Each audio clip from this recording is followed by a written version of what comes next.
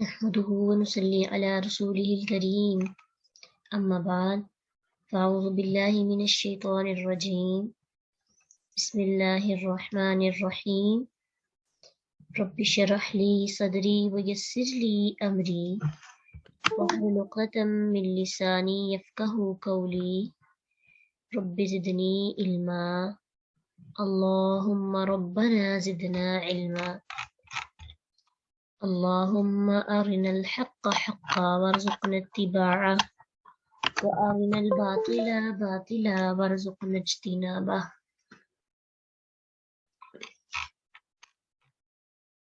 سورة الحجر. سورة الحجر مکی صورت ہے، اس کی 99 آیات ہیں اور اس کے 6 رکوع ہیں۔ الف لام را حروف مقطعات میں سے ایک حرف ہے۔ تل کا یہ آیات ہیں، الکتابی کتاب کی، وقرآن اور قرآن کی، مبین جو واضح ہے، یعنی یہ کامل کتاب، یہ مکمل کتاب اور یہ واضح قرآن کی آیات ہے۔ یہ انٹروڈکشن اور سٹارٹ ہے، اور اس میں قرآن، چونکہ قرآن پڑھ رہے ہیں، قرآن سیکھ رہے ہیں، تو شروع میں ہی اس چیز کے بارے میں بتا دیا کہ یہ جو کتاب، یہ جو آپ پڑھنے والے ہیں، ایک مکمل ہے، اس میں کسی قسم کا شک نہیں، اور ایسی کتاب ہے نہ کبھی کسی نے اس ایسی بنائی، نہ کوئی بنا سکتا ہے، کھلی ہے، واضح کھول کھول کے بیان کر دینے والی، لیکن اتنی واضح ہے، اتنی ایزی ہے کہ پھر بھی کوئی اس کو بنا نہیں سکتا، مبین ہے۔ ربما یود الذین کفروا لو کانوا مسلمین، ربما کبھی، یودو چاہیں گے، ود یودو چاہیں گے وہ لوگ جنہوں نے کفر کیا، کاش کہ وہ مسلمان ہوتے۔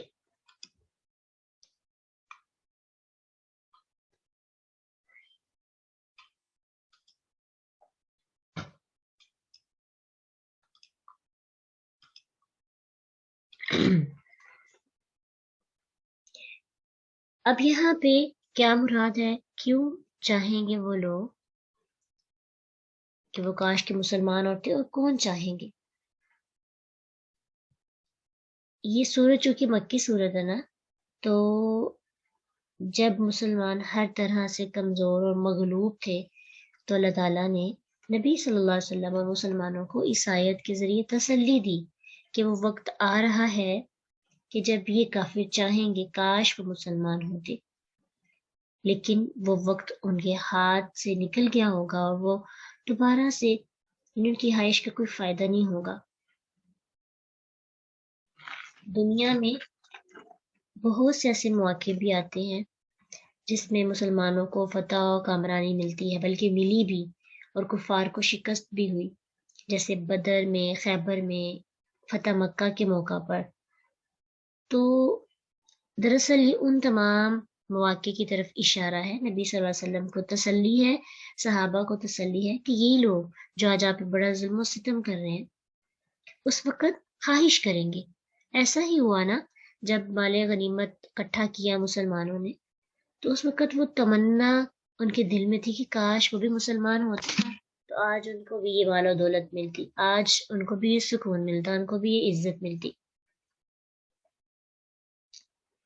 تو ربما یود الذین کفروا لو کانوا مسلمین، آج جو مذاق اڑاتے ہیں، آج جو پریشان کرتے ہیں، کل وہ خود آپ کے گروہ میں شامل ہونے کی کوشش کر رہے ہوں گے، کیونکہ وہ جان چکی ہوں گے کہ آپ سیدھے رستے پہ ہیں۔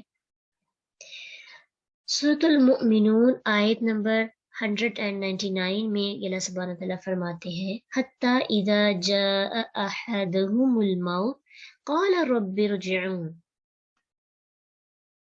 یہاں تک کہ جب ان میں سے کسی کے پاس موت آتی ہے تو کہتا ہے، اے میرے رب مجھے واپس بھیجو، لعلی اعمل صالحا، تاکہ میں کیا کروں، نیک عمل کروں، کس میں، فیما ترکت کلا، جو کچھ میں چھوڑ کر آیا ہوں، انہا کلمۃ ہوا قائلہا، یہ تو ایک بات ہے جسے وہ کہنے والا ہے، تو جسٹ ایک جملہ ہے جس سے اس نے کہنا ہے، لیکن اس کو واپس تو نہیں بھیجا جائے گا. موت کے وقت کوئی بھی کہے گا اللہ مجھے واپس بھیج دے، میں کچھ نیکیاں کر لوں، میرے سے گناہ ہو گئے، میں نے کچھ کمی رکھ دی، کچھ حقوق ادا نہیں کیے، اللہ مجھے واپس بھیج دیا جائے. لیکن انسان بلکے گا بھی، روئے گا بھی، چیخے گا بھی، لیکن اس کو واپس نہیں بھیجا جائے گا. یعنی انسان کی جب آنکھیں بند ہو رہی ہوں گی نا، تبھی اسے پتہ چل جائے گا کہ میں کتنے پانی میں ہوں، تبھی اسے اپنی کارکردگی کے بارے میں علم ہو جائے گا. پھر موت کے بعد کی سختیوں میں جب وہ آگ میں داخل ہوں گے تو کیا کہیں گے؟ سورۃ الانعام آیت نمبر 28 میں اللہ سبحانہ تعالیٰ، یعنی 27 میں اللہ سبحانہ تعالیٰ فرماتے ہیں وَلَوْ تَرَى إِذْ وُقِفُوا عَلَى النَّارِ فَقَالُوا يَا لَيْتَنَا نُرَدُّ وَلَا نُكَذِّبَ بِآيَاتِ رَبِّنَا وَنَكُونَ مِنَ الْمُؤْمِنِينَ. کاش تو دیکھے جب وہ آگ پہ کھڑے کیے جائیں گے تو کہیں گے اے کاش ہم واپس بھیجے جائیں، اپنے رب کی آیات کو نہ جھٹلائیں اور ایمان والوں میں سے ہو جائیں. اس قدر حسرت کے ساتھ وہ اللہ کے سامنے ہوں گے، اور سب سے زیادہ حسرت کے ساتھ یہ خواہش اس وقت کریں گی جب مسلمان جہنم میں سے نکالے جائیں گے نا. گناہ گار مسلمان جو جہنم میں ڈالے گئے تھے لیکن ان کے اندر شرک نہیں تھا، تو وہ اپنی سزا بھگت کے جب واپس آ رہی ہوں گی جنت کی طرف، تو تب ان کی حالت بہت زیادہ حسرت والی اور بہت غیر ہو جائے گی. ابو موسیٰ رضی اللہ عنہ سے روایت ہے کہ اللہ کے نبی صلی اللہ علیہ وسلم نے فرمایا جب اہل نار آگ میں جمع ہو جائیں گے تو ان کے ساتھ اہل قبلہ میں سے بھی وہ لوگ ہوں گے جنہیں اللہ چاہے گا تو جہنم سے نکالے گا. تو کفار جو ہے وہ مسلمانوں سے کہیں گے کیا تم مسلم نہیں تھے؟ وہ کہیں گے کیوں نہیں، ہم تو مسلمان تھے. تو کفار کہیں گے پھر تمہارے اسلام نے تمہیں کیا فائدہ دیا، تم بھی تو ہمارے ساتھ آگ میں پہنچ گئے ہو. تو وہ کہیں گے ہمارے کچھ گناہ تھے جس کی وجہ سے ہم پکڑے گئے تھے. انہوں نے جو کچھ کہا اللہ تعالیٰ اسے سنے گا ان کی آپس کی گفتگو کو. پھر اللہ سبحانہ تعالیٰ وہ اہل قبلہ والے جو مسلمان لوگ ہوں گے جو گناہ گار تھے اور جہنم کی آگ میں تھے، ان کے متعلق اللہ حکم دیں گے کہ ان کو نکال دیا جائے. تو جب ان کو نکالا جائے گا تو جہنمی یہ دیکھ کے کہیں گے کاش ہم بھی مسلمان ہوتے اور ہم بھی اس طرح نکل جاتے جیسے آج یہ جہنم کی آگ سے نکل رہے ہیں. ابو موسیٰ رضی اللہ عنہ سے روایت ہے کہ نبی صلی اللہ علیہ وسلم نے اس حدیث کے بعد، یہ بات کہنے کے بعد، پھر یہی آیات پڑھی الف لام را تلک آیات الکتاب وقرآن مبین ربما یود الذین کفروا لو کانوا مسلمین. تو بات کیا سمجھ میں آئی کہ ہمارا مسلمان ہونا ہمارے لیے ایک بہت بڑی نعمت ہے. ہمارا قرآن کو پڑھنا، سمجھ بوجھ حاصل کرنا، اس پہ فہم، تدبر اور اس کو تفکر کے ساتھ پڑھنا، یہ کائنات کی بہت بڑی اعلیٰ ترین نعمت ہے. جب بھی ہم کوئی بھی سورہ سٹارٹ کرتے ہیں نا تو ہمیں قرآن کی اہمیت بتائی جاتی ہے، ہمیں ہمارے مسلمان ہونے کی اہمیت بتائی جاتی ہے. سورۃ ابراہیم کے شروع میں بھی ہم اسی طرح سے سیکھا کہ کس طرح قرآن ہمارے لیے نعمت ہے. اور آج جب ہم یہ سٹارٹ کر رہے ہیں نا تو اللہ سبحانہ تعالیٰ آج پھر ہمیں احساس دلا رہے ہیں لو کانوا مسلمین. اس وقت کسی کے پاس کوئی نیکی نہیں ہوگی، تو آج جو کمی بیشی رہ گئی ہے، جو غلطیاں رہ جاتی ہیں، یا جو نیک اعمال کرنے والے رہ جاتے ہیں، اللہ سے دعا کرتے رہنا چاہیے کہ اللہ ہمیں توفیق دے ہم اس دنیا کے اندر جو اللہ نے ہمیں دی ہے زندگی اس کا حق ادا کر سکیں. اب دیکھیے مسلمین کا ترجمہ ہے کہ وہ کسی بھی طرح کے مسلمان ہوتے، بس وہ مسلمان ہوتے صحیح، چاہے گناہ گار ہی ہو جاتے، آخر جہنم سے تو نکل جاتے نا. نکیرہ ہے نا، تو نکیرہ کا کیا مطلب ہوتا ہے؟ کسی بھی چیز، کوئی بھی عام چیز. لو کانوا مسلمین، کاش کہ وہ کسی بھی ٹائپ کے مسلمان ہوتے، بس کلمہ پڑھا ہوتا، شرک نہ کیا ہوتا، آج وہ جہنم کی آگ میں نہ جل رہے ہوتے. آپ خود سوچے نا کہ اتنی، جب آپ کوئی قید خانے میں ہوتا ہے اور کچھ قیدی نکال کے لے کے جائے جاتے ہیں تو کچھ پیچھے رہتے ہیں، حالانکہ دونوں کو کٹھے پھینکا گیا تھا، تو جو پیچھے رہ جاتے ہیں وہ پھر کس طرح حسرت کے ساتھ دیکھتا ہے جو باہر نکل رہا ہوتا ہے۔ ایسے ہی کفار کا بھی حال ہوگا۔ ذرہم یأکلوا ویتمتعوا، چھوڑ دیجئے انہیں، وہ کھائیں اور وہ مزے اڑائیں، ان کو ان کے حال پہ چھوڑ دیجئے۔ اب اس کا مطلب یہ نہیں ہے کہ اللہ سبحانہ تعالیٰ ان کو کہہ رہے ہیں ان کو چھوڑیں، اللہ کی طرف سے ان کو آرڈر کیا جا رہا ہے۔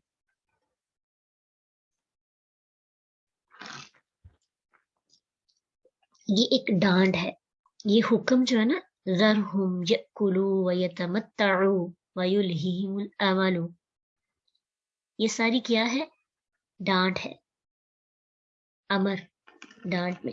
اور ویسے بھی اس سے پتہ چل رہا ہے کہ ان کا مشغلہ ہی یہ تھا، ان کی زندگی کا مقصد ہی صرف یہ تھا، کیا کرنا؟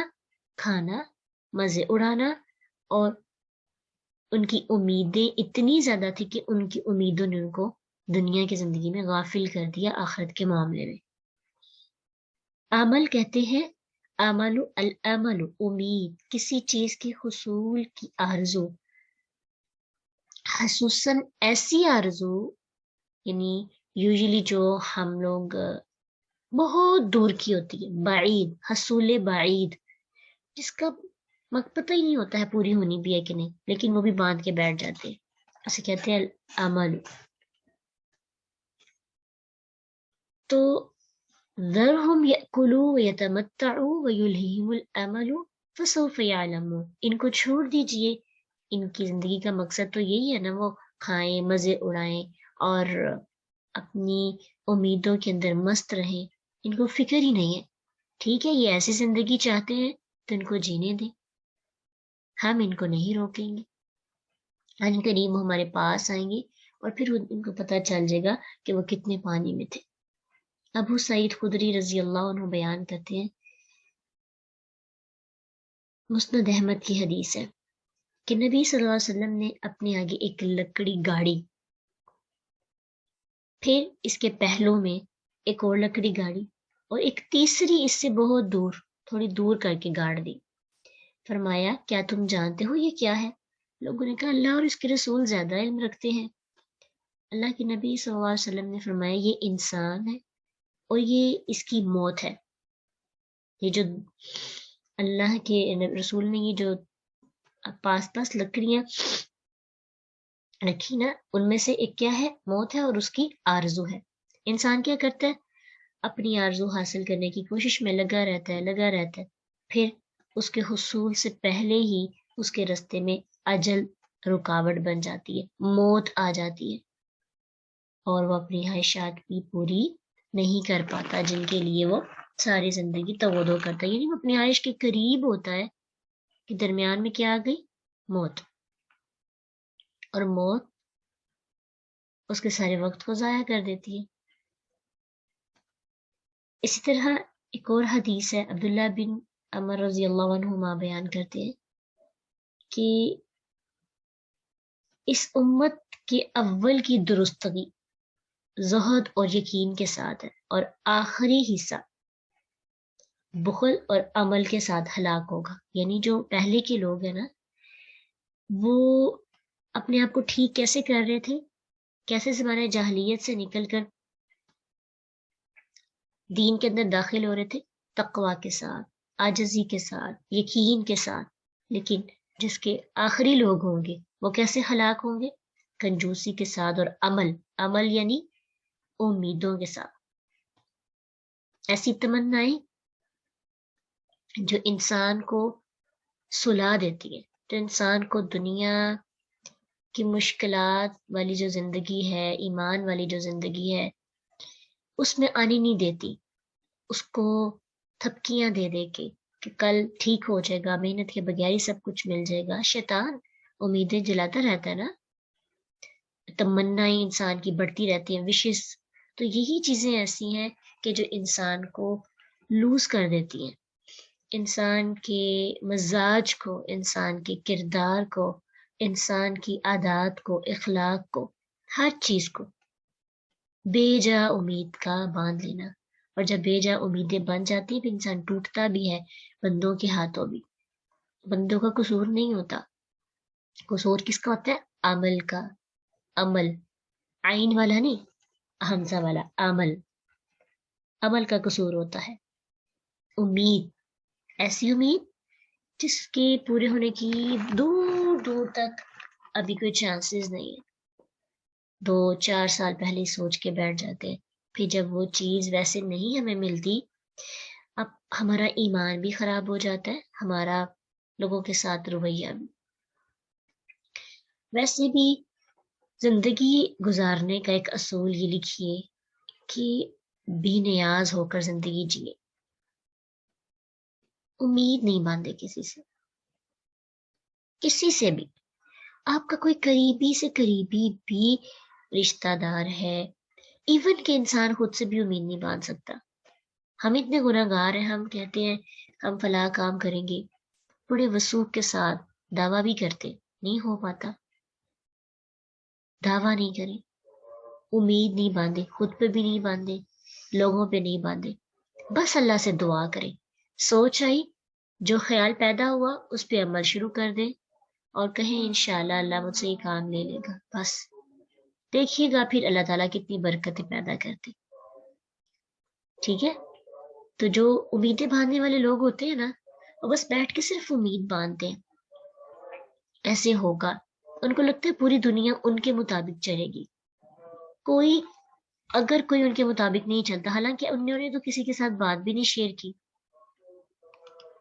آپ دیکھیے نا، مجھے آپ سے کوئی امید ہے، میں نے بتایا ہی نہیں آپ کو کہ مجھے آپ سے یہ امید ہے، تو آپ اگر پوری نہیں کرتے تو میں ایسے ہی آپ سے ناراض ہو جاؤں اور بیٹھ جاؤں اور میں نے آئندہ آپ کو اچھے طریقے سے پڑھانا نہیں، گائیڈ نہیں کرنا. آپ نے کون سا میری بات مانی؟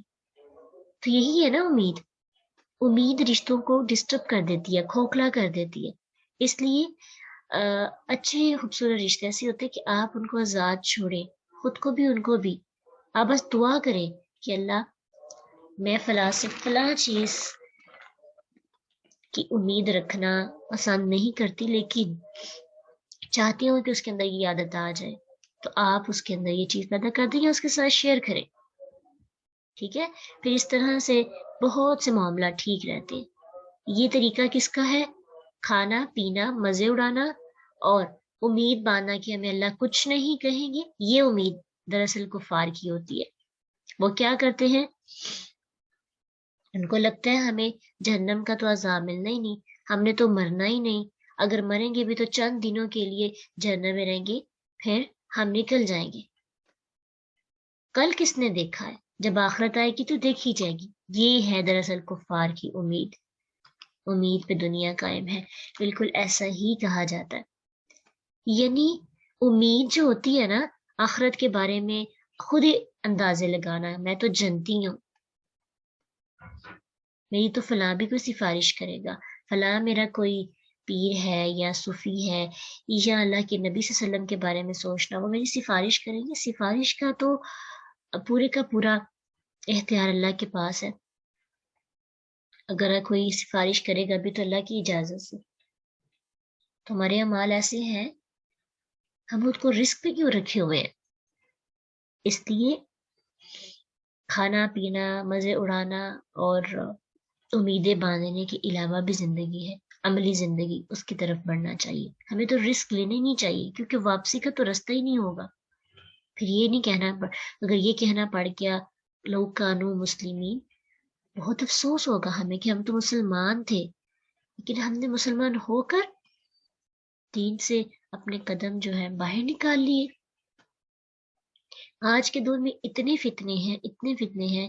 ریسنٹلی مجھے ایک بات کا پتہ چلا کہ کتنے اچھے تھے ہمارے ہی علاقے میں رہنے والے آدمی تھا ایک، اور اتنا نیک انسان، باجماعت نماز پڑھنے والا، اذکار اور ہر چیز. لیکن دنیا میں آنے والے جو فتنے ہیں نا، انسان کس طرح پکے سچے نمازی اور توحید پرست انسان کو غلط رستوں پہ آمادہ کر دیتے ہیں. غلط رستہ یہ نہیں کہ کردار خراب ہو جاتا ہے، عقیدے کا خراب ہو جانا. کیسے؟ کسی کو سن کر کوئی ایک نیا فتنہ شروع ہوا ہے جس میں انہوں نے اپنے آپ کو آخری نبی کہنا شروع کر دیا اور حدیث کا انکار کر دیا، قرآن کی بھی چند آیات کا، تو ان کو سن سن کر اپنا عقیدہ خراب کر لیا، ایون کہ اب وہ کہتے ہیں نماز تو ہے ہی نہیں ہے، پھر داڑھی بھی نہیں ہے، اور کچھ بہت سے جو عقیدہ ان کا تھا بالکل ڈسٹرب ہو گیا۔ اب ان کو کوئی سمجھائے بھی تو وہ سمجھ نہیں پاتے، ایون کہ پکے سچے با جماعت نماز پڑھنے والے۔ تو اس طرح سے جب لوگ فطروں میں مبتلا ہوتے ہیں تو یقین جانے کی بہت ہی، مجھے جب یہ سن کر بہت افسوس ہوا اور بہت سی دعائیں کی۔ اپنے گھر والوں کو انہوں نے منع کر دیا کہ نمازیں نہیں پڑھنی، اپنے بچوں کو منع کر دیا نماز نہیں، نماز تو دین میں ہے ہی نہیں، آپ نماز نہیں پڑھیں گے، اپنے بھائی کو منع کر دیا اور ان کا بھائی بھی اب نماز نہیں پڑھتا۔ اچھی ہنسی ان کی داڑھی تھی، داڑھی انہوں نے کٹوا دی، شلوار ٹھانوں سے اوپر رہتی سنت کے مطابق، وہ اس سے روگردانی کر لی، کسی سے ملتے نہیں ہے، کوئی بحث نہیں کرنا چاہتے۔ ان کو کہا جائے نماز پڑھے، میں بھی تحقیق کر رہا ہوں، جب یہ تحقیق پوری ہو جائے گی تو میں نماز پڑھ لوں گا، کیونکہ میری تحقیق کے مطابق تو اسلام میں نماز ہی نہیں ہے۔ یہ بھی نہیں کہہ رہے کہ اسلام سے نکل گیا ہوں، لیکن جو خاتم النبیین کا کانسیپٹ ہے وہ خراب ہو گیا، اور جو قادیانی کہتے ہیں اس طرح سے، یعنی اندر سے عقیدہ ڈسٹرب ہو گیا اور عمل چینج ہو گیا۔ کس قدر افسوس کی بات ہے۔ اس لیے شکر ادا کیا کریں، اور ایک چیز اور کی کوشش کریں کہ قرآن کو سیکھیں، قرآن اور حدیث کو نہ چھوڑیں۔ اتنے فتنے آ رہے ہیں، اور وہی لوگ، کیونکہ وہ پڑھے لکھے نہیں تھے نا، تو ویسے دین کا شوق تھا، لیکن اب دیکھیے آئندہ آنے والے دنوں کے اندر فتنے آئیں گے۔ نیک انسان، وہ نیک انسان تھے، اور نیک اور پارسا انسان صراط مستقیم سے نیچے اتر جائیں گے علم کی کمی کی وجہ سے۔ علم نہیں نا ان کے پاس، اگر انہوں نے پڑھا ہوتا تو ان کو آج احساس ہوتا کہ میں کس لائن پہ نکل پڑا ہوں۔ اپنے لیے خصوصی دعا کریں، اور علم سوچیے کتنا ضروری ہے، کتنا ضروری ہے علم۔ ربنا لا تزغ قلوبنا بعد إذ هديتنا وهب لنا من لدنك رحمة إنك أنت الوهاب۔ یہ دعائیں پڑھا کریں، اللہ کے رسول یہ دعا کیا کرتے تھے۔ یہ دعا اپنی زندگی کے اندر جب بھی کہیں بھی ایسے سسٹم ذہن میں کوئی برے برے خیالات آئیں، یہ دعا پڑھا کریں، اور کوشش کریں کہ جو ہم سن رہے ہوتے ہیں نا، ایسی چیزیں سنیں، بلکہ بڑی احتیاط کے ساتھ آگے بڑھنا چاہیے۔ جب تک علم مضبوط نہ ہو تو وہ چیزیں جہاں پہ آپ کو لگتا ہے شک و شبہ، یا لوگ کہتے ہیں کہ یہاں پہ کوئی ڈاؤٹ ہے، یا اس کی کوئی ایک بات کسی انسان کے عقیدے کے لحاظ سے، کیونکہ ایک ہوتا ہے اختلافی مسائل، وہ ایک الگ چیز ہوتی ہے، وہ انسان کو سمجھ آ جاتی ہے کیا صحیح ہے کیا غلط ہے۔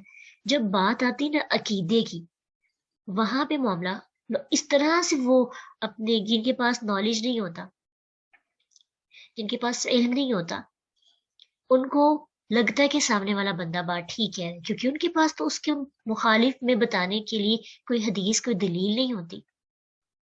اس لیے جہاں پہ اس طرح کے مسائل ہوتے ہیں نا، آپ خاموشی اختیار کیا کریں، اور کوشش کریں قرآن اور حدیث سے اچھا علم حاصل کر کے پھر ایسے لوگوں کی کمپنی میں جائیں، تاکہ آپ کو احساس ہو کہ یہ بات، یہ حدیث سامنے رکھ رہے ہیں، اس کا مطلب یہ بتا رہے ہیں، حالانکہ اس کے مخالف میں ایک اور حدیث ہے، وہ زیادہ پائیدار اور زیادہ پختہ ہے۔ تو وہ حدیث جو ہے، یا وہ قرآن کی آیت جواب ہے۔ ٹھیک ہے، آپ دیکھیں گے کہ کچھ ہمارے معاشرے کے اندر ایسے بھی لوگ ہیں جن کو نوجوان نسل ان کے پیچھے بہت زیادہ چل رہی ہے۔ آپ نے کبھی سوچا کہ علماء کیوں نہیں ان کے پیچھے؟ علماء کیوں ان کے ساتھ جا کر، یا پھر ان کی بات جو ہے ایکسیپٹ نہیں کر رہے، کوئی ایک عالم بھی؟ ریزن کیا؟ ان کے پاس، علماء کے پاس تو علم ہے نا، تو اہل علم کو پتہ چل جاتا ہے کہ کوئی کیا بات کتنی صحیح کہہ رہا ہے۔ لیکن نوجوان ابھی تو نئے نئے ہیں، ان کو اتنا نالج نہیں ہے، اتنا علم نہیں ہے، وہ کیا کرتے ہیں، وہ جو سامنے والا کہہ رہا ہے نا، صرف اس کے پاس کمیونیکیشن سکل ہے، اچھی کمیونیکیشن کرنے سے انسان ضروری نہیں ہے کہ بات سچی کہہ دے. کسی کے پاس نا بعض اوقات سمجھانے کا انداز بڑا اچھا ہوتا ہے لیکن دلائل پختہ نہیں ہوتے. تو دونوں چیزیں ضروری ہوتی ہیں. دلائل بہت ضروری ہے. اس لیے اپنے ایمان کو کبھی بھی خطرے میں نہیں جانے دینا، اپنے عقیدے پہ کبھی کمپرومائز نہیں کرنا، اپنے عقیدے کو کبھی ڈسٹرب نہیں ہونے دینا کسی کی باتوں کی وجہ سے. احتیاط بہت ضروری ہے. اللہ ہم سب کے ایمان کی حفاظت فرمائے، کیونکہ مسلمان ہونا ایک بہت فرق کی بات ہے، اور اگر عقیدہ ڈسٹرب ہو گیا تو پھر کیا ہوگا؟ سب کچھ ضائع ہو جائے گا، مرتد ہو جائیں گے. اب تو یہ نہیں ہے کہ کوئی عقیدے کا ڈسٹرب ہونا ایسے ہے کہ کوئی ہم کافر بن جائیں. ہم مسلمان ہو کر ہی اپنے آپ کو اندر سے جو ہے بدل دیتے ہیں. ربنا لا تزغ قلوبنا بعد إذ هديتنا وهب لنا من لدنك رحمة إنك أنت الوهاب وما أهلكنا اور نہیں ہلاک کیا ہم نے من قریۃ کسی بستی کو الا مگر ولها جبکہ اس کے لیے کتاب لکھا ہوا ہے معلوم وقت، جو مقرر وقت لکھا ہوا ہے. جب تک باقی رہا اللہ نے ان کو مہلت دی، لیکن جو ہی وہ مدت پوری ہو گئی ان کو فوراً پکڑ لیا گیا. اس کا مطلب یہاں پہ اس کا مقصد بھی کفار کو آگاہ کرنا ہے کہ تم اللہ تعالیٰ کے رسول کو جھٹلا رہے ہو اور ان کا مذاق اڑاتے ہو اس پر کہ ابھی تک ہمیں پکڑا نہیں گیا. تو تمہیں سمجھ نہیں ہے کہ تمہیں کیوں نہیں پکڑا گیا؟ کیونکہ ہمارا ایک وقت مقرر ہے. ما تستبق من امت نہیں سبقت کرتی آگے بڑھتی کوئی امت اجلہا اپنے مقرر وقت سے، وما یستأخرون اور نہ وہ پیچھے رہ سکتی ہے. جو اللہ نے ایگزیکٹ ٹائم رکھا ہے اللہ نے وہی کام اسی وقت کرنا ہے. جلد بازی ہم انسانوں میں ہے، ہمیں غصہ آتا ہے، جو کام ہم نے پہلے نہیں کرنا تھا وہ کر دیتے، کہتے ہیں مجھے غصہ آیا غصے میں آ کے میں نے کر دیا. تو اللہ تعالیٰ نے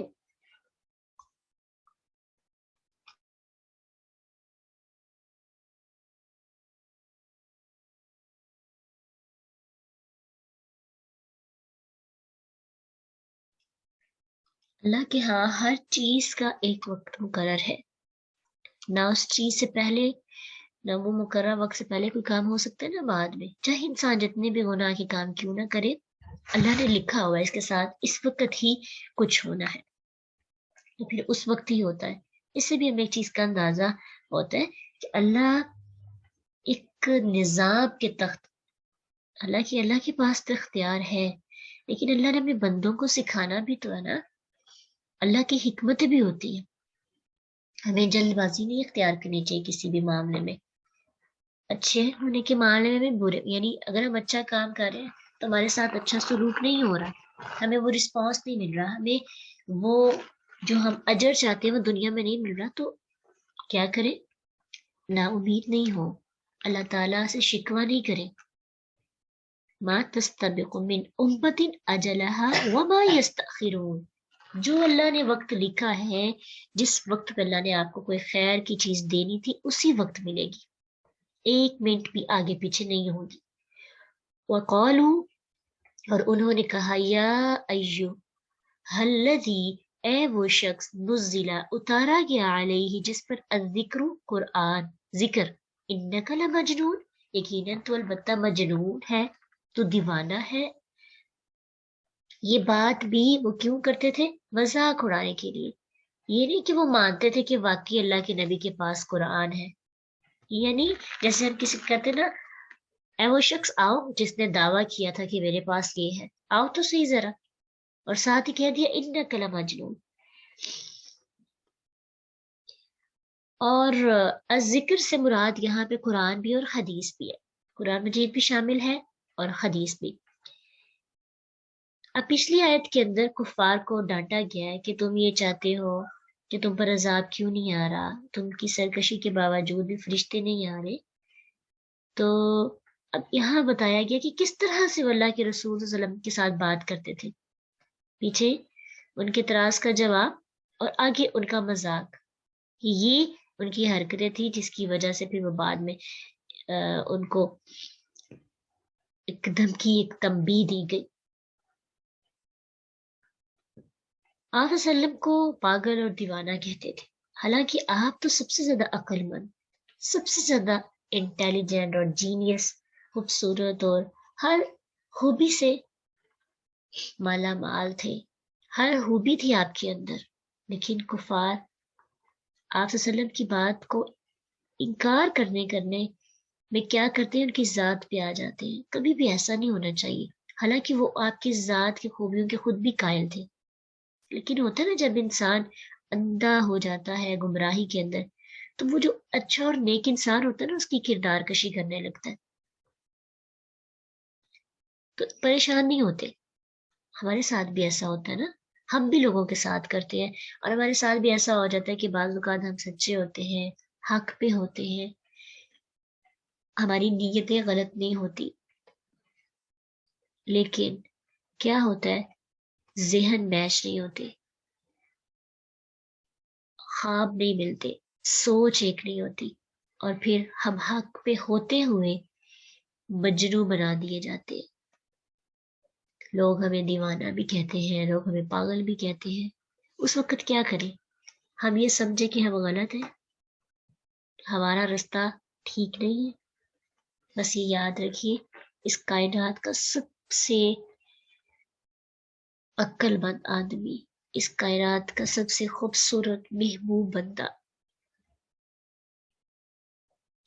لوگ ان کو شاعر کہتے ہیں، ان کو مجنوں کہتے ہیں، ہم کیوں گھبرا جاتے؟ ہمیں بھی تو وقت دینا چاہیے نا، پھر وہ وقت آئے گا کہ غیر مسلم بھی، آیا بھی نا کہ غیر مسلم بھی ان کی خوبیوں کے قائل ہو گئے۔ وقت لگتا ہے، لیکن ہمارے اندر اتنا ظرف نہیں ہے، شاید ہمارے اندر اتنا حوصلہ نہیں ہے کہ ہم برداشت کر سکیں۔ اگر سیدھا رستہ اختیار کیا ہے، اگر نیک رستے پہ چلے ہیں، برداشت کرنا پڑے گا، ہمت نہیں ہارنی، کوئی کچھ بھی کہہ لے، اللہ کے رسول کی زندگی کو سامنے رکھنا، کہنے لگے لو بات تیرا، کیوں نہیں تو لایا ہمارے پاس، بالملائکتی فرشتوں کو، ان کنت من الصادقین، اگر تو سچوں میں سے ہے، یعنی اگر اتنی ہی بات ہے تو فرشتے سامنے آ کر گواہی کیوں نہیں دیتے تیرے سچے ہونے کی، کہ یہ واقعی اللہ کا پیغمبر ہے، اس کی پیروی کرو۔ اللہ تعالیٰ نے ان کے اس مطالبے کا کئی اور جگہ بھی ذکر کیا ہے، فرمایا سورۃ نام کے اندر وَقَالُوا لَوْلَا أُنزِلَ عَلَيْكَ عَلَيْهِ مَلَكٌ، انہوں نے کہا کہ اس پر کوئی فرشتہ کیوں نہیں اتارا گیا۔ اب فرشتہ دو طرح سے آتا ہے، ایک تو ان کو تھا کہ آ کے گواہی دے کہ اللہ کے نبی سچے، اور دوسری چیز یہ ہے کہ فرشتہ عذاب کے لیے بھی آتا ہے، تو اللہ کے رسول ان کو ڈراتے تھے نا کہ تم پر اللہ کا عذاب آ جائے گا، تو کہنے لگی لو ما تأتینا بالملائکہ، کیوں نہیں آ رہا اب عذاب، کیوں نہیں آ رہے فرشتے؟ اللہ سبحانہ تعالیٰ فرماتے ہیں ما ننزل الملائکۃ، ہم نہیں اتارتے فرشتوں کو الا بالحق، ساتھ حق کے، وما كانوا اذا منذرین، اور پھر اس وقت مہلت بھی نہیں ملتی۔ اتنی جلد بازی اختیار کرنے کی ضرورت نہیں ہے، اپنے آپ کو ہمارے سامنے ایسے تم پیش کر رہے ہو نا، تو پھر فرشتے اس وقت نازل ہوتے ہیں جب کسی شخص کی موت کا وقت آ جاتا ہے، کسی قوم پر عذاب کا حتمی فیصلہ، قطعی فیصلہ ہو جاتا ہے، تو اس کے بعد پھر انہیں مہلت نہیں دی جاتی۔ یہی دو چیزیں جس کی وجہ سے فرشتے آسمان سے نیچے اترتے۔ وہ تو بلانا چاہ رہے تھے نا اللہ کے نبی کی گواہی کے لیے، تو یہاں پہ ان کو کہا جا رہا ہے پھر مہلت نہیں ملنی، پھر آ گئے ہماری خیر نہیں ہوگی، پھر چلے جاؤ گے اس دنیا سے، کسی قسم کی پھر یہی کہو گے لو کانوا مسلمین۔ تو آج کی آیاتیں جو ہے دراصل کفار کے لیے تھی، لیکن ہمارے لیے بھی اس میں بہت سے لرننگ پوائنٹس ہیں، اس پہ تدبر کریں، سوچئے کہ کہیں مجھے پچھتانا نہ. دراصل یہاں پہ پچھتاوا ہے آخرت کا، اور پچھتاوے کے بعد ان کی دنیا کی زندگی بتائی گئی ہے کہ وہ اس طرح کی دنیا میں ہوتے تھے. کیا کرتے تھے؟ کھاتے تھے، پیتے تھے، اور سوچتے تھے کہ دنیا، امید پہ دنیا قائم ہے، جنت پتہ نہیں ہوگی یا نہیں، جہنم بھی ہوگی کہ نہیں. کسی نے کوئی دیکھی ہے؟ جب عقیدہ بالغیب نہیں نا صحیح ہوتا، پھر ایسے سوال ہوتے ہیں. جہنم کس نے دیکھی ہے؟ سوال جواب جو فرشتے کریں گے وہ کس نے کبھی سنے ہیں؟ اس طرح کی باتیں، امید ہے کہ مجھے کچھ نہیں ہوگا، میں تو مرنا ہی نہیں، میں نے رہنا دنیا کے اندر. مطلب کوئی ٹینشن نہیں ہے، امید ایکسٹرا والی امید ہماری بننی شروع ہو گئی ہے. تو یہ کفار کی بھی ایسی ہے. اس کے بعد بتایا کہ پھر اللہ کے نبی صلی اللہ علیہ وسلم کو چیلنج کرتے تھے کہ عذاب لائیں آپ. تو اللہ نے حقیقت بتائی کہ فرشتے تب بھی نازل ہوں گے، عذاب تبھی آئے گا جب مقرر وقت لکھا ہوا ہے. ہم تمہاری طرح جذباتی نہیں ہے، حکمتوں پہ مبنی کام کرتے. تو اللہ کی حکمت، تاخیر میں بھی حکمت ہے اور جلدی میں بھی حکمت ہے. اس لیے جس کو کچھ جلدی مل جاتا ہے تو ہمیں دیکھ کر خود اسے حسد نہیں کرنا چاہیے، پریشان نہیں ہونا چاہیے کہ اس کو فلاں چیز کی جلدی مل گئی. اور اگر کسی کو تاخیر میں ملتا ہے تو اس میں بھی حکمت ہے. اسی طرح اگر کسی کو سزا جلدی مل جاتی ہے، کسی نے ہمارے ساتھ برا کیا، اس کو جلدی سزا مل جاتی ہے، حکمت ہے. اگر نہیں ملتی اس دنیا کے اندر، اس کو اور دنیا ملتی جا رہی ہے، مال، پیسہ، مقام، رتبہ، اولاد ملتی جا رہی ہے، تو بھی حکمت ہے. بھائی وہ تم بھی تو ہو سکتا سے توبہ کر لیو. تو ہمیں اللہ کے کام خود نہیں کرنے چاہیے. اللہ والے کام اپنے ہاتھوں میں سونپیں گے تو سکون حرام ہو جائے گا. ہمیشہ انسان تبھی خوش رہتا ہے، سکون میں رہتا ہے، جب انسان اپنے کام وہی کرتا ہے جو اس کے اختیار کے اندر ہوتے ہیں. بس اپنے اختیار والے کام کرتے جائیں، نیکیاں کریں، اعمال کریں، اپنے آپ کو مسلمانوں کی صف میں مزید اچھے والا شامل کریں، برانڈڈ مسلمان خود کو بنائیں. انشاءاللہ اللہ بہت سکون بھی دیں گے دنیا میں بھی اور آخرت میں بھی. وآخر دعوانا ان الحمد للہ رب العالمین. سبحانک اللہم وبحمدک، اشہد ان لا الہ الا انت، نستغفرک ونتوب الیک. السلام علیکم ورحمۃ اللہ وبرکاتہ. فإن مع العسر يسرا، إن مع العسر يسرا، فإذا فرغت فانصب وإلى ربك فارغب.